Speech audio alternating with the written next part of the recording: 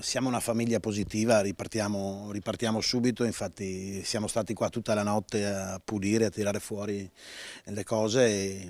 Resta il dispiacere, insomma, perché avevamo tante cene, tanti catering da fare, è andato distrutto in pratica tutto, però già stasera riapriamo il ristorante in qualche modo, da buoni veneti.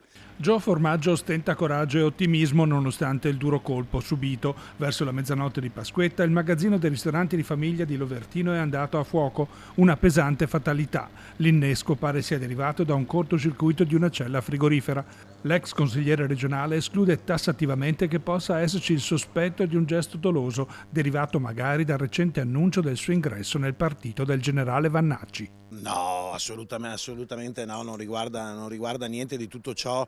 E con i vigili del fuoco, che ritorno a ringraziare, perché se arrivavano 10 minuti dopo non ci sarebbe più niente del ristorante. 200.000 euro di danni la prima stima tra la struttura diventata inagibile e gli alimenti stoccati per 14 eventi già programmati. Fortunatamente la sala e le cucine sono state risparmiate dalle fiamme. Quando ho visto i miei fratelli piangere stanotte gli ho detto: ragazzi, bisogna farsi sulle maniche e ripartire più forti di prima.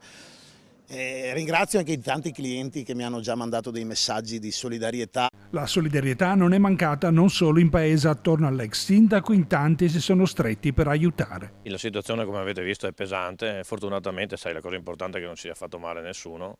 Adesso cerchiamo di operare, intervenire velocemente, dividendo, liberando il locale, mettendo tutto in sicurezza. Ecco, che tempi ci saranno? Per il momento si riesce a fare una stima di massimo? Ma cerchiamo già di intervenire in giornata, comunque qua qualche giorno di lavoro c'è sicuramente per mettere in sicurezza. Quello che dispiace di più è questo, c'era il lavoro della mia famiglia, dei miei fratelli, che qua stiamo parlando di 300 euro di carne, e ce n'erano una ventina appese, e poi la tradizione veneta è andata distrutta, nel senso, non, è brutto perché è il lavoro di una vita.